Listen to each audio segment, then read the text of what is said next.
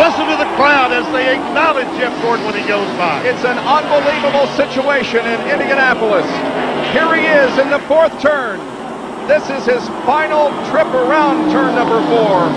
And Jeff Gordon is about to write his name in the racing history books. Years from today, when 79 stock car races have been run here, we'll remember the name. Jeff Gordon, winner of the inaugural Brickyard 400. Man, oh man, oh man. Jeff is screaming on his radio back to the pit crew. Oh my God, I did it! I did it! Yes! Benny, we thought we saw emotion from this kid in Charlotte. I think it'll be at least duplicated here in just a few moments. I'm about to cry. It is an unbelievable story that has happened here at Indianapolis today. Jeff Gordon has won the Brickyard 400. First concept, the Speedway has attracted men of vision. At the turn of the century, Carl Fisher conceived a giant 2.5-mile track, paved with brick, destined for history, a proving ground for the automobile. In 1911, when the first Indy 500 was run, Ray Haroon, an automotive engineer for the Marmon Company, was brought out of racing retirement to drive. In a day of two-man cars, Haroon drove alone, his victory assured a place in history. By the 20s, the Brickyard was firmly established as the center of the racing world. America's World War I flying ace, former racing driver Eddie Rickenbacker, purchased the great track, now used only one time a year for the 500. Under Captain Eddie, traditions were firmly set. A drink of milk to the winner, a large silver Art Deco trophy to celebrate the win. The men that raced at Indy were called away to the Second World War, and the Brickyard fell to ruin, all but forgotten. But another visionary arrived at war's end in 1946. Gentlemen, start your engine. Tony Holman envisioned a future with giant grandstands, 200-mile-an-hour race cars, and crowds larger than the world has ever known. Now, Tony George, Holman's grandson, follows the dreams of the great men who have led the Speedway. Tony reasoned that this cathedral of IndyCar racing was ready for a new tradition, NASCAR.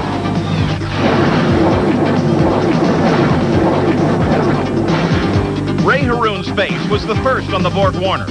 Whose name will start the list on the new PPG trophy? Or might it be 23-year-old Jeff Gordon, who grew up a few miles from the Brickyard? Last May, he became a proven winner on the NASCAR circuit. He always dreamed of racing here, but never would have guessed it would be in a stock car. By day's end, there will be new history. 400 miles from now, the Ray Haroon of this age will be known. A new tradition begins. NASCAR has come to the Brickyard. Row 2, Jeff Gordon, who won his first race this last May in his 42nd start. Jeff Gordon will start from third position. Now they make their way around corner number 4 as Elmo Langley has the pace car positioned to pull it off of the racetrack. The eyes of the entire sports world are focused at this moment on 300 acres of real estate in the northwest section of Indianapolis, Indiana. A new tradition begins as the green flag is about to come out to signal the beginning of the inaugural Brickyard 400. And the green is out.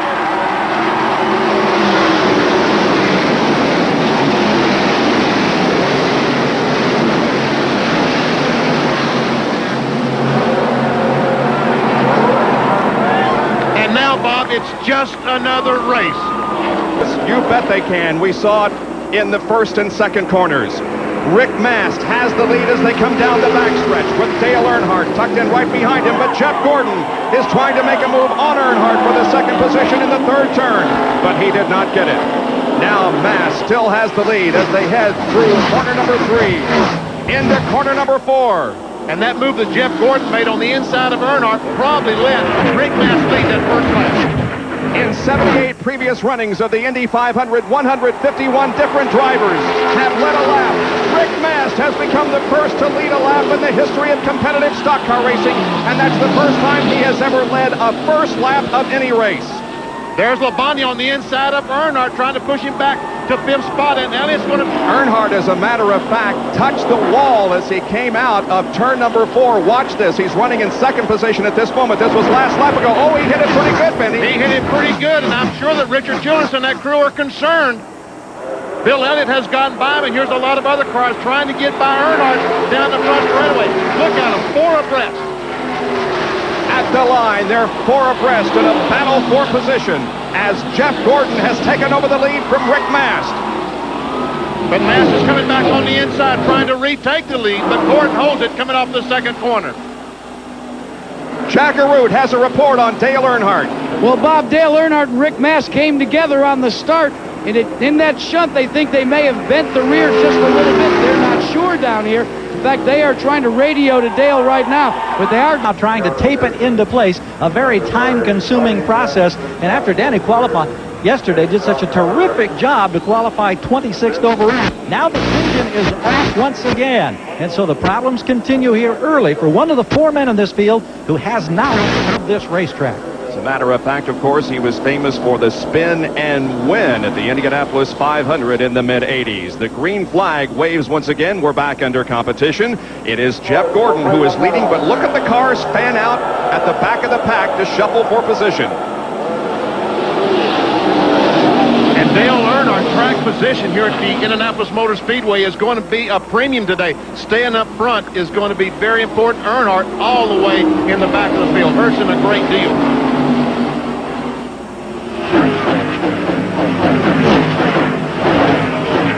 Of course, most of the drivers and crews name their cars, and Jeff Gordon has called his car Booger because it was so difficult to get to handle when it was originally built. Jerry Punch has a report on Jeff Gordon, who's setting the pace here in the early going. Guys, you may not want to hear this, but a moment ago, the crew radio, Jeff Gordon said, stay in place, do not pull away, let's not show everything we've got yet. So if he's not showing everything he's got, the field could be in serious trouble. Jerry, his radio must not be working. He is definitely opening up a little bit of an advantage between himself and Jeff Bodine and Rick Mast. 2 races so far in 1994. So the caution is out. Jeff Gordon is the leader. One of Jimmy Spencer's crew members just ran back out of the garage area and yelled at me and said, hey, I think what happened was we flat spotted some tires and cut a tire down. When Jimmy had to jam on the brakes, we just went back and looked at the cars. They were pulling it in. They think all 4 tires were flat spotted. I'm in the leader's pit, Jeff Gordon. He has a pretty significant push. He and Ernie Irvin and a couple other competitors complaining that the car will not turn in the corners. Let's check in with Jack Arute. Well, Jerry, the man that's running in second. Some of the spotters around the racetrack, as they observe the cars going through the corner, are saying right now that Jeff Gordon seems to have the best handling car of all the cars on the racetrack. Jeff Gordon is ahead of Jeff Bodine and Rick Mast as we anticipate a 400. They had about 3 times as many requests for tickets as they were able to give out. Now the pace car has pulled off of the racetrack and Jeff Gordon leads them down. This is the 10th race that Jeff Gordon has led in 1994. He has led 274 miles in 1994 coming into this event. And track position, Bob, is so important. All these cars really and truly should have pitted. Jeff Gordon continuing to set the pace. Gordon continues to lead in this event, 4th in the point standings, as we go back up to the front and see that Jeff Gordon continues to hold on to the lead over Jeff Bodine. As far as the tire story is concerned, Goodyear is with Jeff Gordon, Hoosier on Jeff Bodine, the 3rd place car of Bill Elliott is on Hoosiers, and the 4th place car of Rick Mast is on Hoosiers. Here's Jack Arute. Well, Bob, you heard Jerry Punch tell you that the leader, Jeff Gordon, was concerned with a little bit of a push. We talked to Ray Evernham just a minute ago. He said the racetrack is coming to Jeff Gordon, and the push is beginning to go away. They do not anticipate making any changes to the car when they come in for their pit stop on lap 32. Well, Jeff Gordon did not practice that last practice yesterday afternoon. he probably would have discovered that he had a little push in his car, but they felt like that there's a lot of cars out there. They might take a chance on wrecking the race car. They set out that last hour of practice. You know, each of the 43 starters who began today's race had hoped to become the Ray Haroon of stock car racing here at Indianapolis by being the first winner, but nobody wanted to be the Arthur Greiner. And he was the guy who finished last in the first Indianapolis 500 back in 1911, and I think we can give that distinction to Jimmy Spencer, who is being shown as officially out of the race after his contact with the wall in turn 3. As we watch the fight for the lead, let me Broke his right scapula or shoulder blade early in the year in a practice incident at a short track in western North Carolina, practicing his Ford Thunderbird back in March of this year. So it's the same shoulder. They're going to send him down and get an x-ray. We'll try to get a report as soon as possible. All right, thank you, Jerry. Jeff Bodine leads here over Jeff Gordon, and Gordon's crew is telling him to just stay in his rhythm and run his own race, and he is staying within sight of the leader, Jeff Bodine. Can you imagine 23-year-old Jeff Gordon running right behind Jeff Bodine, the leader, had led the Brickyard 400 at 23? Well, and I know the fans gathered here at the Indianapolis Motor Speedway were going crazy when Jeff was in the lead because he is a hometown favorite. He, of course, was born in California, but some rules out there didn't allow a race driver to race as young as Jeff wanted to start. And so he came to Indiana to run with various organizations, including the United States Auto Club, picking up 2 championships with USAC before deciding to go to the Stock Car Wars. Here's Jack Arute with a report on Jeff Bodine.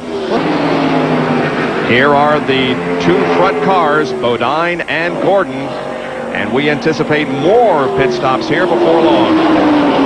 Tell you what, it won't be long as Michael Waltrip makes the pit stop right in front of us. Won't be long before these fellows will be coming in. 32 laps have been completed. Let's see if they'll make a pit stop this time. Looks like Gordon is going to. Yep, Bodine stays out, but Jeff Gordon is bringing the car in. Jack Arute will be there to call the pit stop. Jack? Well, Bob, they radioed in, Jeff Gordon did, that he'd like the car tightened up just a little bit, so it seems they've gone from a push to a loose condition. Michael Waltrip completes his action. Remember, they come down pit road at 65 miles an hour or under. The crew remains on the driver's left side of the wall. They come across as he hits the second to first stall, and now they go to work. They will change all 4 tires, and it looks to be a normal stop. We'll see if they make any adjustments on the wedge. So far, we have not discerned any, and it seems to be a nominal stop as Rick Mast also comes in to make his pit stop. This is so very important, as you know, gentlemen, the first stop, because this is the first issue of the Black Book, the first entry that they can make under racing conditions. Gordon is away in 24.6 seconds. Meanwhile, they're also going to work. They've just about completed their work. Completed the left side change, so a man who gave his many fans such a thrill to get up with the front runners on that exchange of pit stops down off the Jackson, now rolling. And Jeff Gordon picks up the lead once again. So Jeff Gordon continues to lead this race. Now we have seen all of those drivers who pitted early come in for their stop, and so we revert back to Jeff Gordon as the leader. Jeff Bodine is the leader, is Jeff Gordon. With 57 out of 160 laps completed in the inaugural Brickyard 400, Jeff Gordon is shown as the leader. Jeff Gordon continues to lead here in the inaugural Brickyard 400. Robert Yates' crew, and here's the leader, Jeff Gordon, coming off the racetrack and down pit road. Jeff has to be careful not to break the speed limit of 55 miles per hour. And Jack Arute is in Jeff Gordon's pit. Here he comes. Well, Bob, so far, Jeff Gordon has decided to try and run as conservative a race as possible. It's hard to believe when you see the speed that he's setting, but they are going to go ahead and just change 4 tires. Still, no chassis adjustments on the car. Now, the pit stall directly in front of Jeff Gordon belonged to the pole sitter, Rick Mast. During his pit stop, here, they had a problem as Gordon goes away. During the pit stop for Rick Mast, he encountered some problems. The car did not fire, but they finally got it fired, but it has dropped him way back in the standings under these green flag conditions. Did you see the tire mark on Jeff Gordon's car on the 24 on the left side? He's definitely had contact with someone. Here, maybe we can tell what happened. That is Jeff Bodine to his inside. Jeff BODINE is trying to get by him, and Jeff Gordon is trying to go to the pits, and they make contact. This was out of turn 4. Jeff was trying to get to the pits and had made some contact there with Jeff BODINE. Man, I tell you what, we saw the fella changing the left front tire look at the fender, and I don't know if it was rubbing the tire or not. And look, the left front is flat. Look how close the front of the car is to the ground. Dale Earnhardt. Now that puts Jeff Gordon back into the lead. The kind of year they have had with the Junior Johnson team, can't afford to take a chance. A vibration at 200+ miles an hour on these straightaways could be disastrous, guys. Jack Arute has a report on Mark Martin. Well, we don't think we'll see Mark Martin win the Brickyard 400. Checking with Steve Meal, it seems that they just dropped the cylinder, gentlemen. So he's going to have to run at reduced speeds now for the remainder of this race. Well, it appears as if Jeff Gordon's car has not been all that much affected. There is the damage on the left side with his contact with Jeff BODINE, but it does not appear to be affecting the running of the car in any way. There, the 55 car of Jimmy Hensley goes a lap down to Jeff Gordon, also Wally Dallenbach. Wally Dallenbach, driving for Richard Petty, is shown now in 23rd position, and he is a lap down. There are 22 cars on the lead lap. Well, this place will erupt if Jeff Gordon wins the inaugural Brickyard 400. So many Central Indiana people are a real favorite of Jeff Gordon's, and they were very happy when he won his first NASCAR Winston Cup event at Charlotte Motor Speedway earlier this year on the same day as the Indianapolis 500. Stay with us for more live coverage of the Brickyard 400. Right and left as they go down the front straightaway. Here's Kyle Petty. He is half a lap away from the halfway point. And a caution. We have a caution. The yellow flag is waving by Doyle Ford, but it still will be the halfway point when he comes around.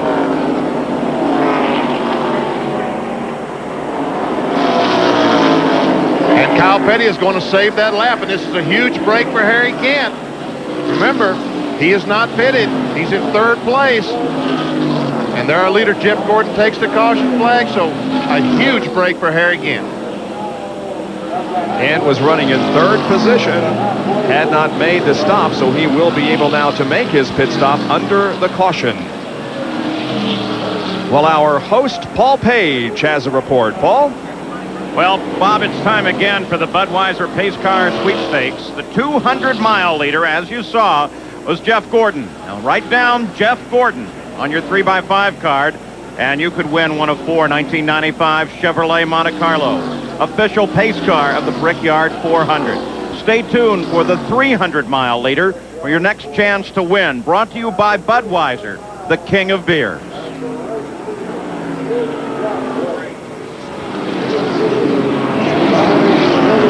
So we are under yellow. It is our 3rd of the day here at Indianapolis. Again, a check of the race course. The only yellow involving contact with the wall was when Jimmy Spencer got into the wall and suffered some injury to his shoulder. They sent him off to Methodist Hospital so that they could explain. And in front of the field, it is Jeff Gordon. Our race summary at the halfway point of the Brickyard 400 shows the lead was held by Jeff Gordon at average speed of 146.017. Yeah. Well, Bob, Rick Hendrick, who's one of the owners of the car that Jeff Gordon is driving, just radioed to his driver and said, "What are you trying to do? Put on a great show, show yourself off in front of the hometown fans?" And all Gordon did is say, 10-4. Well, we are going to see, Benny, what he's got now, because he's back there in 3rd position. He's got Marlin and BODINE ahead of him, so we're going to see how strong that car is. Jeff BODINE, as I said, has got several laps on his tires. We'll see if he can stay out in front of Sterling Marlin, but here's Jerry Punch. Jerry, what was the problem on Earnhardt's pit stop? Well, let's grab Richard Childress. Richard, why the 2 pit stops? Well, our tape was blowing off the front of the car, and, it was picking up a little push, so we put the tape back on it and tried to do a little adjustments there. So nothing major. Nothing major. Just priming himself for the second half of this event, the second half run. Bob? Green flag drops, and we're back to racing, with BODINE leading him into turn number 1. The inside cars are those not on the lead lap.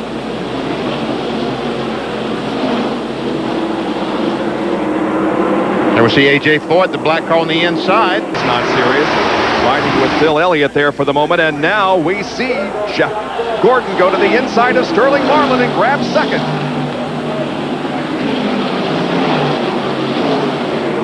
So we found out that Jeff Gordon can pass Sterling Marlin with ease, and I'm impressed with Jeff BODINE being able to pull away from these cars this much with an extra 15, 16 laps on his tires. He is on the Hoosier tires, don't forget, whereas Jeff Gordon is on the Goodyears.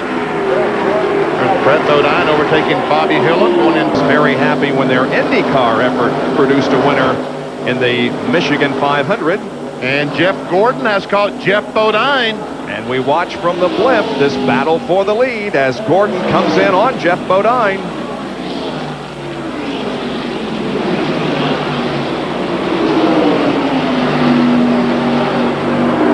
Let's see if he can make the pass here on the backstretch.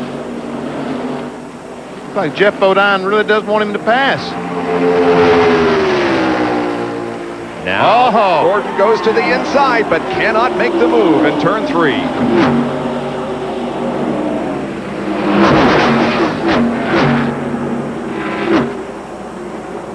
Looks like Jeff Gordon catches him right at the end of the straightaway, but not able to get alongside enough to make the pass.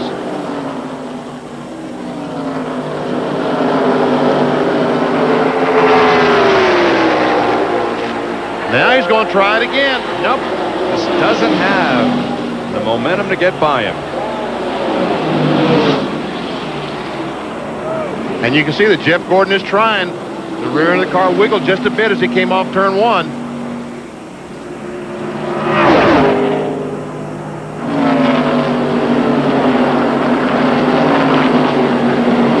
Does he want to take the lead at this point, Benny? Oh, yes. He wants to lead this thing. Any race car driver wants to lead if he has a car that's capable of it.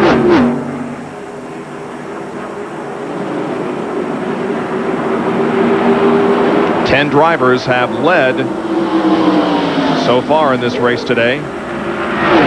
We understand that Jeff BODINE is scheduled to pit in about 13 laps, Benny, somewhere around there. Boy, he's going to be really out of sequence with the rest of the cars. It really is. Unless there's a caution between now and then, he'll be way off sequence. Now, if all these cars have to stop twice before the end of the race comes around, that will not be too bad for Jeff BODINE. But if he has to stop twice and the rest of them once, he's got a huge problem. While we watch this battle for the lead, you know, this isn't the first time that NASCAR's top division has competed here in the state of Indiana. They ran a division race at the Winchester Speedway in October of 1950, and then there was a race in July of 1952 at the South Bend Motor Speedway, a half-mile dirt track. But without question, this is the biggest race that NASCAR has ever run in the state of Indiana. Did you announce either one of those races? I wasn't around back. Well, I was, but I wasn't in a position to announce them, Benny. Were you racing back then? Here's Gordon again, trying to get alongside. Can't make it. Thought maybe he had it that time. Looks like Jeff Gordon's picked up some push to me as he comes off the corner. Looks like he's not able to keep the car on the bottom like you would like to.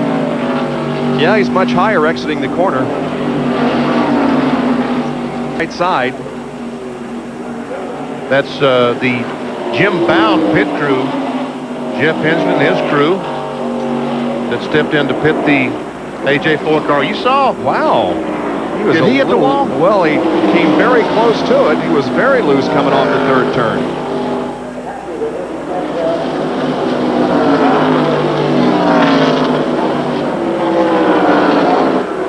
Jack Arute has a report on Jeff Gordon. Well, Benny Parsons, you haven't lost your touch. Indeed, Jeff Gordon has gotten a little bit of a push coming out of the corner. They had it earlier in the day, and the track came to them. It seems when the fuel load goes down, it tends to go away. So they're not really that concerned about it. It just makes it a lot tougher to go for the lead. Yeah, Jack, we can see as he comes off the corner how the car drifts up towards the wall. As he jerks it away from the wall, then he's losing the back end once in a while. Jeff Gordon has led 43 laps of this event, while Jeff Bodine continues to rack up the laps led. He now has been in front for 20. Carefully as they come down slowly. Now he raises his right hand and displays the flag, and we're back to racing. They restart the race in second gear, shift to third gear, and in the fourth. Well, I tell you, Jeff Gordon really came down on the Jeff Burton automobile. Burton slides up the racetrack right in front of Darrell Waltrip. The most dominant car, if there indeed has been one so far in this race, has been Jeff Gordon. The rest of the field comes off the corner. Look at this movement down the backstretch. 3 abreast, 4 abreast in some locations. And Gordon now takes a look to the inside in the short chute. Is he going to get the lead here in turn 4? Yes, he does. Gordon goes back into the lead. And look at Jeff Burton. He's able to pull back right up on the back bumper of Brett Bodine. He is a lap down. That number 8 car.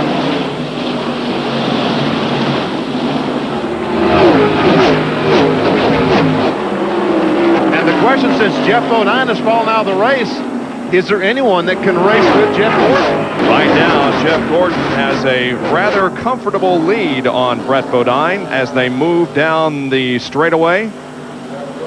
And we can see what kind of lead that Jeff Gordon has, about half this front straightaway. As Ernie Irvan gets home. Jeff Gordon from Pittsboro, Indiana, is the leader at this point. And here's our host, Paul Page. Well, get those game cards ready now. It's time for the Budweiser Pace Car Sweepstakes. The 300-mile leader, as you saw, was Jeff Gordon. So write down Jeff Gordon on your 3x5 card, and you could win one of 4 1995 Chevrolet Monte Carlos, the official pace car of the Brickyard 400. And stay tuned for the final lap. It's your last chance to win. Brought to you by Budweiser, the king of beers. So Jeff Gordon is still the man to watch at the Indianapolis Motor Speedway as he continues to pull away from the remainder of the field. Of course, he has some very personal aspects riding with him. Most of his life he grew up not far from here, graduated from high school close to here, and did most of its early racing right here in central Indiana. 16 changes thus far among 11 drivers in a race in which we have proven that you can, in fact, run side by side in a stock car at Indianapolis.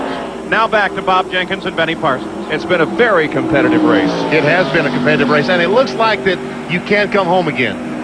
Jeff Gordon is back in Indiana, where he grew up, and is doing very well. Jeff Gordon displayed so much emotion when he won his first NASCAR Winston Cup race earlier this year at Charlotte Motor Speedway, and I can imagine what it's going to be like if he should hold on to win this one, but we still got a long way to go. Gordon led after 120 laps, the average speed 128.6, 11 leaders and 15 lead changes, 5 caution periods for 21 laps, 5 cars are out of the race. And all of those have been as the result of accidents. Here's Jack Arute. Well, Bob, this man was accountable for the first stock car ever to test at the Indianapolis Motor Speedway, and that was an IROC car. Ray Evernham was with IROC at the time, and now you're the crew chief on Jeff Gordon's car, and it looks like so far it's been a Sunday in the park for you guys. Well, I don't know about that. You know, it's a lot of tough competition out here. Jeff's just picked up on this place. He's doing a great job. My hat's off to all of these guys that worked so hard getting this car ready. I'm really happy. But early on, you had a push. It seems to go away as the race goes on, and then it sneaks back. Right now, what's he reporting on the car condition?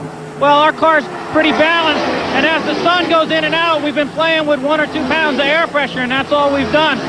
We had a little bit of problem with a jack on a pit stop and got us a little behind, but, you know, we just got our fingers crossed, and we're praying to God we want this one real bad. I want to say hi to Casey Elliott, Ernie's son. He can't be here, but we're looking after you, and you just keep fighting. And Benny and Bob, you asked Jeff Gordon who's accountable for his success in the last year and a half. He points to this man right here. He says communication is the key in auto racing, and he says he and I communicate excellently.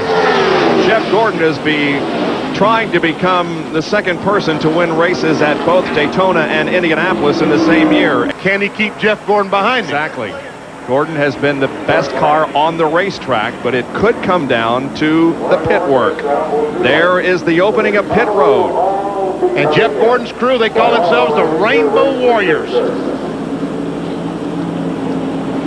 Those on the lead lap are able to pit this time by. All others cannot pit this time, but can when they come around again.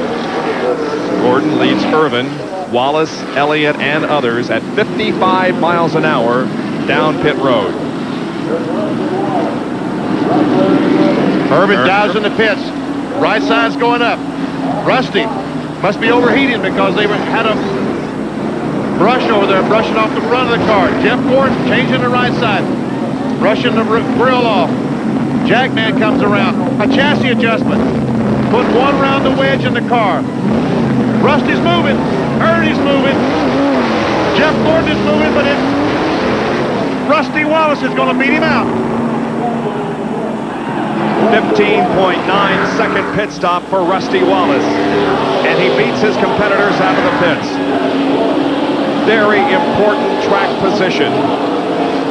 Jeff Gordon will restart in second position. We've been monitoring his radio, and he says regarding his second position, that's all right. We've got now about 27 laps to go, and we can beat them on the racetrack. But meanwhile, it's going to be decided between those first 5 cars. I think our winner will come from Rusty, Jeff Gordon, Ernie Irvin, Brett Bodine, or Bill Elliott. Let's watch Jeff Gordon, because we also hear that he's been told to try to get Rusty on the restart. Get this pass over quickly and then pull away. Well, let's see if that happens when the green flag comes out. The cars are now entering turn number 4. The pace car about to pull off the racetrack for the restart of what could be the final segment of racing in this inaugural event. They come slowly off of corner number 4. Wallace at the head of the line. Gordon is second. Then Ernie Irvin. Then Brett Bodine and Bill Elliott. There we see Rusty accelerate. He's on the throttle. Now he moves down to the inside, trying to protect that inside from Jeff Gordon. Jeff is not going to be able to get the advantage on the restart. Here they come into the first turn, and Rusty's got the lead.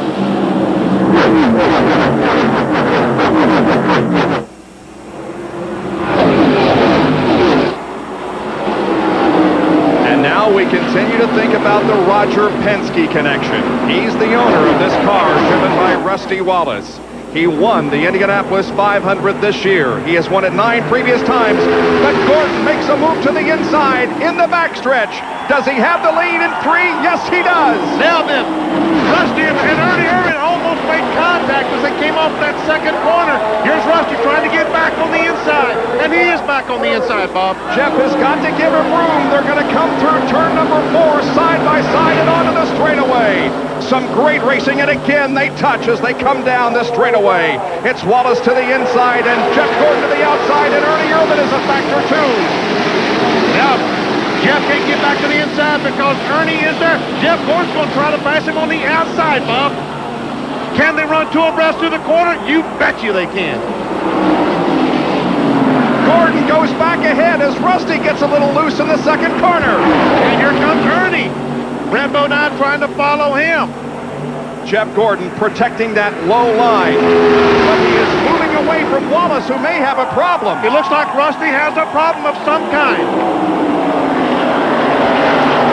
So now it is Jeff Gordon and Ernie Irvin and Brett Bodine and Bill Elliott who are running 1st through 4th. Darrell Waltrip is in 5th position, and Rusty has fallen back to 6th. Rusty did not go for the pit, so evidently he does not have a problem. Just got the car a little bit loose. Gary Gerald is in Rusty's pit. And the crew here with Jeff Gordon, the leader. Back in a moment. Welcome back to ABC's live coverage of the Brickyard 400, and we have a new leader, the 13th different leader of the race. Ernie Irvin has gone around Jeff Gordon. But Jeff Gordon is right there. Ernie hasn't went any place. The question is, Jackaroot, did Jeff Gordon allow Ernie Irvan to go around? Well, Bob Jenkins, what happened is he's been battling a loose condition, so Gordon radioed in and said the car's getting looser and looser, and the call was made from the pits, let Ernie Irvan go by, save it for later. And then they ended the conversation with being told, they said to Jeff, remember, you're the man today. But is he? We're going to find out. This is a classic battle. A Ford, a Chevrolet. Man, I thought this was going to hit the wall. It looked like they came off the corner very, very high. 18 laps to go now. Jeff Gordon chases Ernie Irvan. Brett Bodine is third, Bill Elliott fourth, Rusty Wallace is fifth, Darrell Waltrip is sixth, and Dale Earnhardt is in seventh position.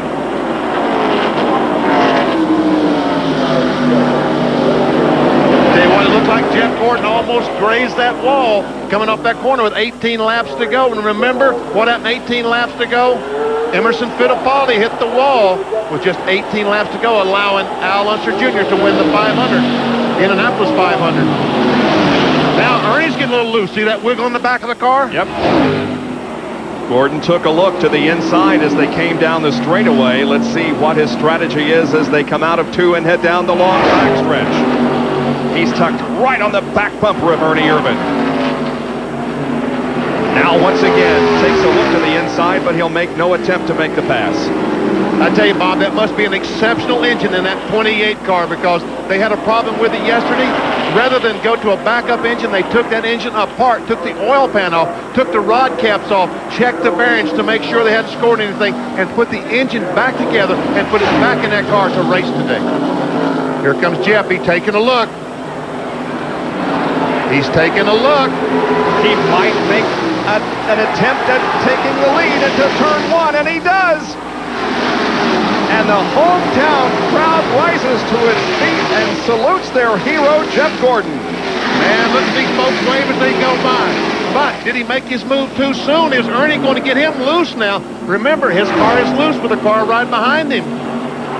Ernie Irvan has, well, won 12 NASCAR Winston Cup races. Jeff Gordon has only one in his resume. That was at Charlotte, North Carolina, earlier this year. Now he's going back in front of the fans who haven't seen him leading the race, and they are on their feet applauding Jeff Gordon. He celebrated his 23rd birthday just Thursday when he qualified for the inside of the second row. And look at the crowd waving and cheering Jeff Gordon on to victory. Man, oh man.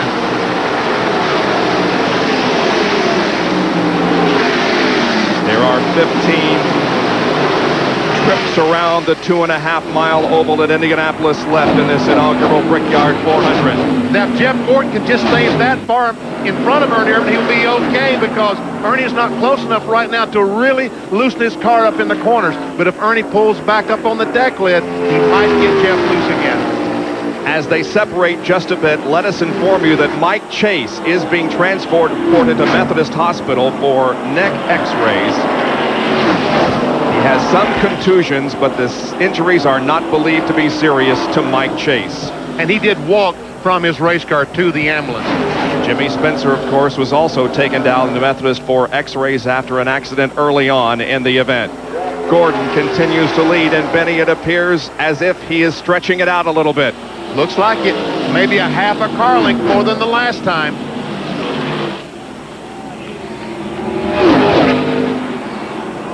The first two have pulled away from third place, Brett Bodine. There comes Brett, Bill Elliott, and Rusty Wallace, who are running third, fourth, and fifth, and Dale Earnhardt, who is sixth. You see Earnhardt has gotten by Darrell Waltrip. Darrell's back in seventh spot now. Ernie's not letting him get totally away, Bob. Look, he's closed back up. What's that, 2 car lengths?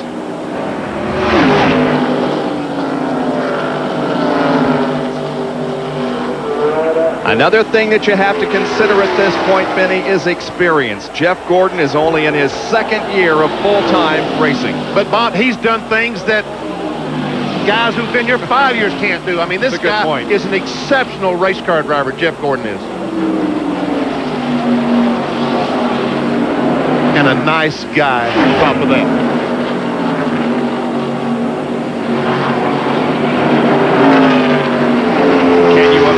What's going through his mind at this time? No, I can't. I cannot imagine. As excited as this young man was at Charlotte when he won that Coca-Cola 600, can you imagine how excited he will be if he can just pull this thing off in front of his hometown folks? Just imagine the stress he is under at this time. He knows that if he misses an entrance or an exit to the corner by 2 inches, he's lost the lead. He's lost the lead, and Ernie has pulled up on that back bumper. Now, can he get him loose enough to get under him coming off the second or fourth corner? Ernie's there. Irvin is right there, as a matter of fact, now with 12 laps to go.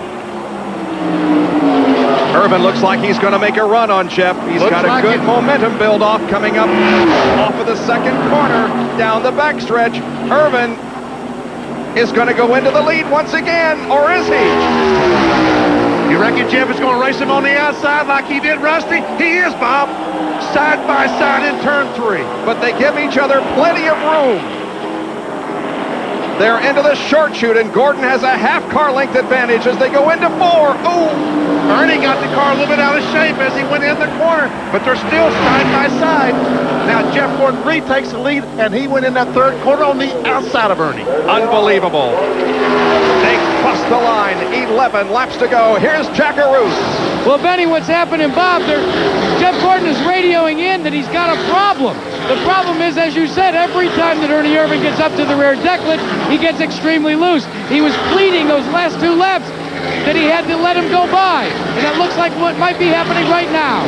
A replay of the last lap. Once again, Irvin moves to the inside and challenges Jeff down the backstretch. Jeff just will not let go, Bob. He will not let go. He says, I'm going to win this race, but this time he does. And now the question is Ernie going to be able to pull away? Meanwhile, Brett Bodine, Bill Elliott, and the others have closed in on these two. While these two guys have been racing, look, we've got a 6-car battle for the lead. 1 through 6 are running nose to tail with now 10 laps to go in the inaugural Brickyard 400. And look who's running in 6th position, Benny. It's Dale Earnhardt. Man, oh man. I tell you what, this race might have had a little boring spot about from lap 150 miles to about 300, but this last 100 miles has been all worth it. What a great race. Both of these drivers who are running first and second were born in the state of California. And the last California-born driver to win at Indianapolis was Pat Flaherty in 1956. Gordon looks to the inside in 3.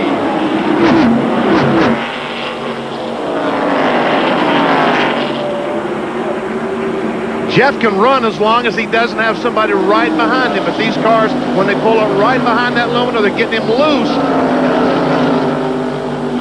Or they're using all that racetrack when they come off 2 and 4 right up against that outside retaining wall. And Ray Evernham has told Jeff Gordon to stay on Ernie's tail and get him loose.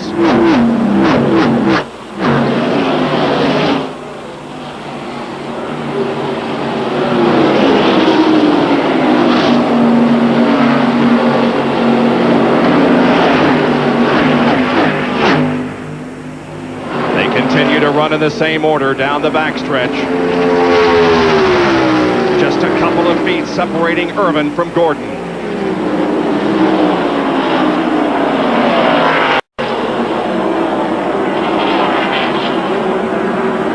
Folks, you just can't imagine what's going through. Well, you can't imagine what's going through these drivers' minds. Just think about the thing that you wanted most in your life. And that's exactly what they're thinking right now. Jackaroot has more from Jeff's pit. Benny, here's what's going to happen. And Bob, the team down here on pit side is going to make the call when they want Jeff Gordon to try and attempt the pass. They want him to stay right where he is for right now. And they say, we'll call you when we want you to go to the front. Exactly, Jack. They don't want him to get in front too soon because Ernie will get him loose again, as he did a moment ago. With 2 or 3 laps to go, Jeff Gordon will try to make this move. Well, there has never been a pass on the last lap to win an Indianapolis 500. The latest pass occurred in 1989 on lap 198 when Emerson Fittipaldi and Al Unser Jr. battled. Why do you reckon these people pay these good money for these seats but don't sit down, Bob? I don't think they've been sitting for most of the day. It's been a tremendous race. And we still have no idea who is going to win. Will it be Ernie Irvan or Jeff Gordon, or one of the 4 that trail them?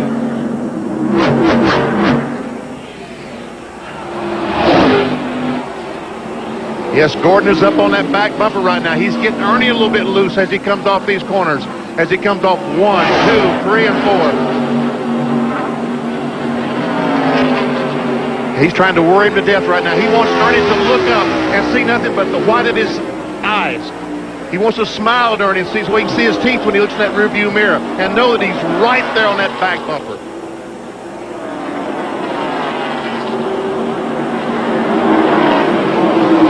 When they come down and cross the line, we'll have 6 laps to go. Gary Gerald has a situation regarding Ernie Irvan. Well, we're checking with the crew to see if there's been any radio conversation. They said Ernie has not complained. We asked him if he was getting loose when Gordon got up underneath that rear spoiler. They said he hasn't complained thus far. They're hanging on and hoping. Gary, there ain't nothing they can do.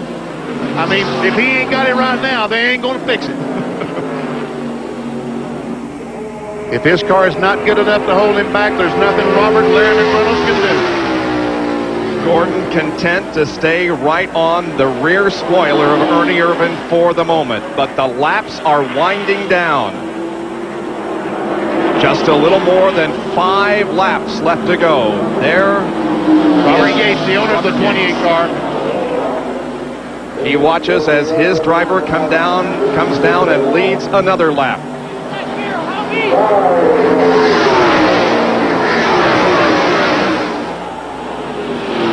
It's got to be tough on those crewmen. Oh, here we go. Ernie slipped going in 1. Ernie slipped, and Jeff Gordon gets alongside. That wasn't on orders from the crew. That was because Ernie missed the entrance to turn 1, and Jeff saw it and immediately went for the hole. And something's wrong with Ernie. Something has happened to the 28 car, Bob. Irvan slows down and is going to lose second position. He's got a tire going down. Irvan drops off the pace, and now Brett Bodine goes into second. Ernie Irvan heads for the warm-up lane, and Jeff Gordon has the lead. The right front tire went flat on the 28 car. Here's Gary Gerald. Yeah, the crew just sagged visibly on the wall. Right front tire, you hit it right on the head. And oh, in the last 5 laps, they had 4.5 to go, Bob. A tough break for Ernie Irvan, the NASCAR Winston Cup points leader. But again, listen to this crowd in Indiana as they cheer their boy, Jeff Gordon.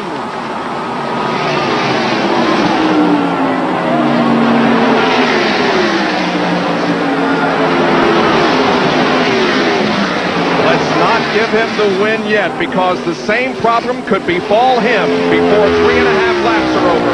And Ernie Irvan has made it to his pit to get that flat tire fixed. But Jeff Gordon, there is the tire that has possibly cost Ernie Irvan a victory here in Indianapolis. And he's going to go a lap down. He's going to go a lap down to the leaders as he comes down pit road. Here they come. Jeff Gordon, Brett Bodine, Bill Elliott, Rusty Wallace, and Dale Earnhardt in that order, and then comes Darrell Waltrip. Kenny Schrader, Michael Waltrip.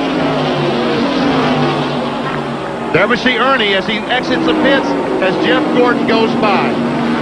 157 laps have been completed. There are 2.5 to go.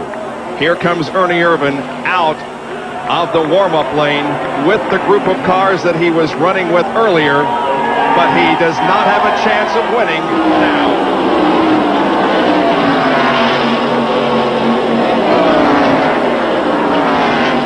Jeff Gordon has a little bit of breathing room, Benny, because Brett Bodine is maybe a 1.5 seconds behind. I don't know. It's not that far, but we don't have far to go. Coming down for two laps to go, the signal this time. This is a Cinderella story that is unfolding here. Jeff Gordon, many people, including perhaps Tony George, the president of the Indianapolis Motor Speedway, wanted Jeff Gordon, after his outstanding performances in open-wheel cars, to perhaps think about moving to the Indianapolis 500 and running the open-wheel cars. But instead, Jeff Gordon chose the NASCAR stock car route.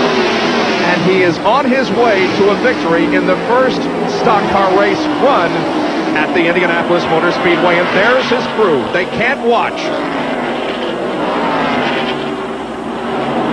The Rainbow Warriors did good today, didn't they? Here he comes, Bob. Off of corner number 4, Doyle Ford displays the white flag. Jeff Gordon has 2.5 miles to go before he wins this event. It'll be his second NASCAR Winston Cup victory. He brings the car through corner number 1, okay, and onto the short chute. There's Brett Bodine. It looks like Brett's getting a little bit closer, but does he have time? He is getting closer. On to the backstretch now with less than 1/2 lap to go for Jeff Gordon. He eyes turn number 3. Listen to the crowd as they acknowledge Jeff Gordon when he goes by. It's an unbelievable situation in Indianapolis. Here he is in the 4th turn. This is his final trip around turn number 4. And Jeff Gordon is about to write his name in the racing history books. Years from today, when 79 stock car races have been run here, we'll remember the name. Jeff Gordon, winner of the inaugural Brickyard 400. Man, oh man, oh man. Jeff is screaming on his radio back to the pit crew. Oh my God, I did it! I did it! Yes! Benny, we thought we saw emotion from this kid in Charlotte. I think it'll be at least duplicated here in just a few moments. I'm about to cry. It is an unbelievable story that has happened here at Indianapolis today. Jeff Gordon has won the Brickyard 400, and we'll be back to talk with him in just a moment.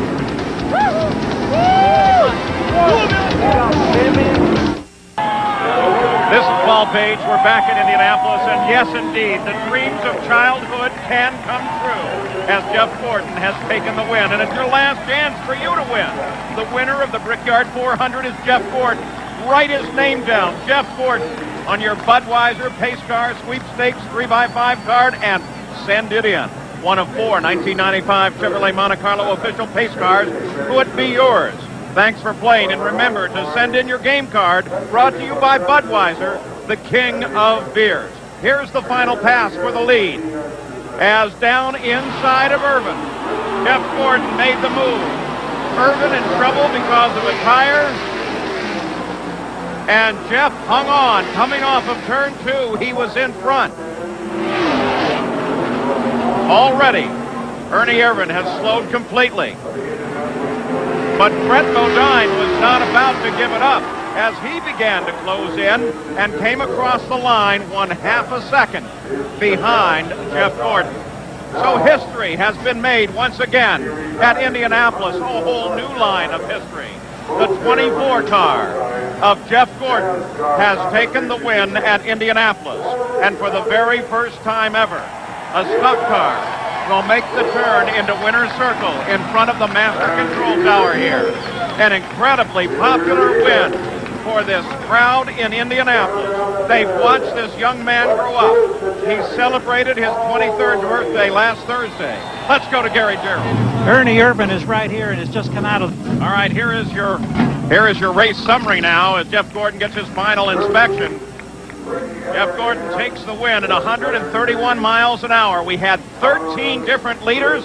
They swapped the lead 21 times and 6 caution flags for 25 laps in the 160-lap run. Now, we're ready to go down to the winner's circle in front of the master control tower, and here's Jack. Well, things are a little like Bedlam here, a little different than the Indianapolis 500. Taking the congratulations. Jeff, we'd like to get you out of the car as quickly as we can. We'd like to talk to you because you have made history. First it was Ray Haroon, ladies and gentlemen. And now, the name is Jeff Gordon, has won the first Winston Cup race here at the famed Indianapolis Motor Speedway. Jeff, over here, congratulations, a terrific victory, but tell us about the battle first. Oh man, what a battle. You know, we had a great car all day long, and the only car I was really worried about was that 7 car, and you know, I saw him he had his misfortune, and I thought, well, all we got to do is just be nice and smooth and ride it here out from here. But that wasn't true. You know, we had a caution, and Ernie and the 2 car were right there, and I pulled away, but Ernie, you know, he kept loosening me up, so I let him go by, and then I get on him and eat his tires up and loosen him up. He let me go by. I tell you, I just want to commend that whole Havoline team and Ernie Irvin. He drove me a really nice, clean race. We didn't have to worry about anything. And well, listen, we've got a very special presentation. Behind me, and behind you, is the president of the internationally known Indianapolis Motor Speedway that is now the home of Winston Cup's Brickyard 400, Mr. Tony George, for a very special presentation. Tony? Jeff, congratulations. You've helped write history here. Your name will be the first to be inscribed on the beautiful PPG trophy for the Brickyard 400. This is yours to take home. Congratulations. Well, from Victory Lane and Spectacular, let's go back to the tower.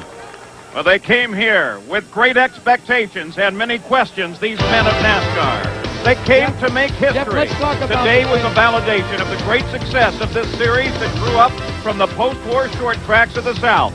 Dreams have come true. Jeff Gordon has won the Brickyard 400. He is the champion.